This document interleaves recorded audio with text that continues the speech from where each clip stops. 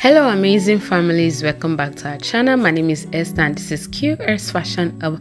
Thank you for stopping by. If you're new here, you're welcome, and if you're a returning subscriber, you're the best. So today we are going to be making this beautiful gown on the thumbnail. If this sounds like what you're interested in, let's go into it. So I'm going to be using this wine scuba fabric and the baby pink two nets. So the length of the gown is 23 inches. So what you're going to do is to fold your fabric into 4. Okay, so you fold into 2 and then fold into 4 because you're going to be cutting this front and back panel together. Okay, so here I'm trying to explain how to fold. If you don't know how to fold your fabric, fold it to 2 and then fold again into 4, so you'll be able to get both the front and the back panel. So right here I have 4 pieces. Okay, so now take the measurements that you needed for the length. So for me, I'm working with 23 inches and then I added 1 inch for my hemming allowance. So I'm going to be using half an inch to hem the gown, while I use half an inch for the shoulder seam allowance. So the next thing I'm going to do is to mark the neck measurement. So I use 2 inches for the neck width. Okay, so I'm going to mark 2 inches for the neck width, and then for the depth of the neck, for the back depth, I'm using 1.5 inches for the back, while the front I'm going to be using 4 inches. Okay, so for the front I'm using 2 inches by 4 inches. For the back I'm using 2 inches by 1.5. so if you don't want the neck too low like my own, you can use 2 inches by 3 inches for the front, while you use 2 inches by 1.5 inch for the back. So right here I'm connecting the neckline into a round neckline. Okay, so that's the front and the back neckline that we have here. So I'm going to take the shoulder measurement. So the shoulder I'm working with is 9 inches. So 9 inches divided by 2 is 4.5, but because this is a sleeveless gown, I'm going to subtract half an inch from it. Okay, so what you need to do is to subtract. You can subtract half an inch on fold, or you subtract 1 inch from it before you fold it. Okay, so if you subtract 1 inch from it, you're going to divide the remaining, which is 8 by 2, and then you're going to mark it. So for me, I subtracted half an inch from it on fold, so what I have left there is 4 inches. So I took my armhole depth, which is 4.5 downward. Okay, and I'm just connecting it into this shape. Okay, 4.5. okay, for my armhole depth. So I'm going to mark half an inch for my shoulder slope. Okay, half an inch for the shoulder slope. So I'm going to connect it into the shoulder like this. So after that, I'm going to divide whatever I have there left. So what I have there is 4 inches, so I'm going to divide it into 2, which is 2 inches. I'm going to come in by half an inch, and then I'm going to create the armhole. So I'm using the same armhole for both the front and the back panel. Okay, so right there I'm going to be dividing the bust measurements that I'm working with by 4, and I'm going to mark it there. Okay, so go ahead and divide the bust measurements. So for me it is 6 inches, so the bust divided by 4, it is 6. Then I added half an inch for my seam allowance because I don't want too much allowance inside, because this fabric is very stretchy. Okay, now you can decide to add 1 inch or half an inch to your own, but for me I used half an inch for my seam allowance. So I'm going to connect the armhole like you can see me do on the screen. So I'm using both front and back. I'm using the same armhole for both front and back panel. Okay, so I'm connecting it. Take your time. You can use your ruler, you can use your free hand. So I decided to use a free hand because of those people that don't have ruler. So whatever you have there, just measure it and then come to the hem line and then mark it. So for me I have 6 and 6.5 right there. So mark your 6.5 and add extra 3 inches to it. Okay, so that is what will give you that A shape effect. Okay, so from that bust measurement, you're going to connect straight to the hem line. So whatever you have at your bust measurement, measure it at the hem line and then add 3 inches extra. But if you want the A shape to be very full, you can add like 5 inches or even 6 inches to it. So now I'm going to go ahead and cut. So I'm going to cut the back neckline first so that I'll be able to separate one from it. Okay, so I'm cutting the back neckline first. So I'm cutting the armhole now and then the sides. I forgot to cut the shoulder slope here, but I did that off camera. Okay, so make sure you cut your shoulder slope. So I'm going to separate one, which is the back panel, but please make sure you cut your shoulder slope before you remove the back panel. But I did that off camera. So now I've removed the back panel. Then I'm going to fold the remaining one, which is the front, and then I'm going to cut the front neckline. Please guys, don't forget to like this video and subscribe to the channel. Okay, thank you very much. So I'm marking the wrong side of the fabric because both look so similar. So what you're going to do, you mark the wrong side so that you don't confuse yourself. Okay, so now we're going to fold this fabric into 2.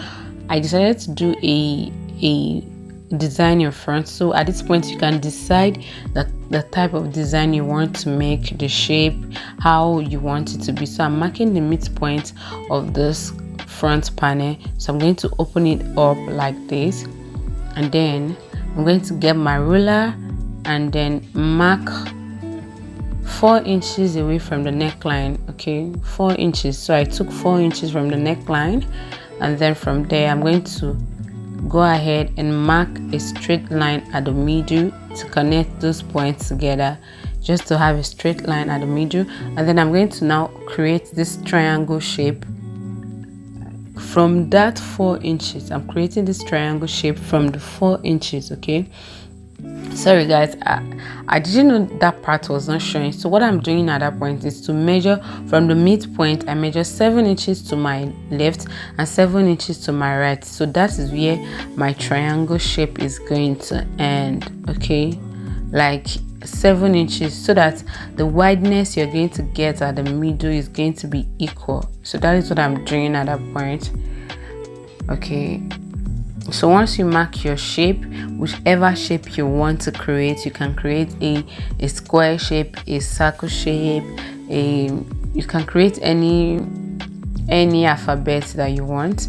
So what I'm doing here is to just mark 1.5. I'm just going to create the lines that I want to stitch on by the time I'm stitching the 2 net. Okay, so I'm going to be creating the lines like this.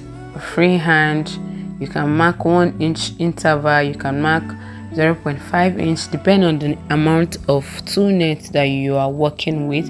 So for me, I use 3.5 yards for this particular garn, but if you want yours fuller, you can go for 5 yards, 6 yards, even 10 yards. Okay, so at this point I'm arranging my 2 net and then I'm marking 5 inches, then I'm just cutting across. What I did was to fold it into 4 so that it will be easy for us to cut. Okay, so what you're going to do is to fold it and then mark 5 inches like this and then cut. I didn't want to use chalk because it's going to be taking too much of time. So I'm just measuring 5 inches and then cut along that 5 inches. Okay, so I'm going to be cutting all of these using 5 inches to cut everything out. So remember I said I'm using 3.5 yards of 2 nets. Okay, you can use more if you wish. So this is what we have by the time I was done cutting all the nets. Okay, so what you're going to do is to fold your net into 2 like this, like you can see me do. Arrange it properly, make sure they are straight. Okay, so now you can double your net. Okay, you can double your net like you can see me do. So at this point I'm trying to explain that you can double it. So place the 2 nets on top of each other like this if you want a fuller effect, and then just stitch across, and then you're going to create a loose stitch and then pull to have your ruffles. But for me, I just folded 1 net into 2 and then I stitch across. So what I'm going to do here is to use my bias strip I'll join the shoulders first, and then I'm going to use my bias to turn the neckline and also turn the armhole, like you can see me illustrate on the screen. But if you want to line in yours, you can go ahead and line in it. But this fabric is thick already, so I wouldn't want to use lining for it. So at this point I was done joining the shoulder, and I used my bias to turn the neckline and the armhole. Okay, so now the next thing you're going to do is to hem the lower part before you start creating your ruffles. Okay, so this is the net. I already ran a straight stitch across. Remember I said I didn't double mine, I just folded the net into 2. So once you run the loose stitch, you're going to go ahead and start pulling it together to get your ruffles. Okay, so start pulling it. You will pick just 1 thread out of the 2, and then you gradually pull it and use your hand to adjust it like this until you get your desired ruffles, the fullness of the ruffles. Okay, so that is what I'm doing basically.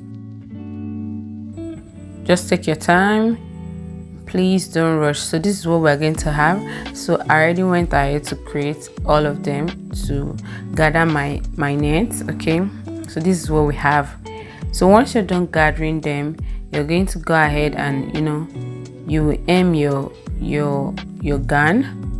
Once you're done hemming, you're going to hem before you start attaching the ruffles to the clothes. Okay, so now once you're done hemming, you're going to now open it up this way, and then you're going to start pinning it down. So I'm pinning it because I'm trying to explain what you're going to do. But since you have your lines there, those lines will guide you while you are stitching on it. Okay, so you're just going to follow the lines you already drew out. Okay, so now you're going to pin, and then once you're done with the first one, you're going to overlap the second one like this, and then when you're done, put the third one, overlap, and then once you get to the end of that shape, that line, just bend it and then start stitching down to the other part. Okay, to the other line. So now if you decide to do another design, there are some that they have to put the ruffle at the hem like this. So what you're going to do is to just place it like this and stitch like that until you get to the end. Once you get to the end, follow and do another one that follows it very closely. Okay, so at this point I was done attaching my ruffles. Like I said, if you want your own fuller, you can decide to use more. You can use 5 yards, you can use 6 yards, or even double of what I used here, which is 7 yards.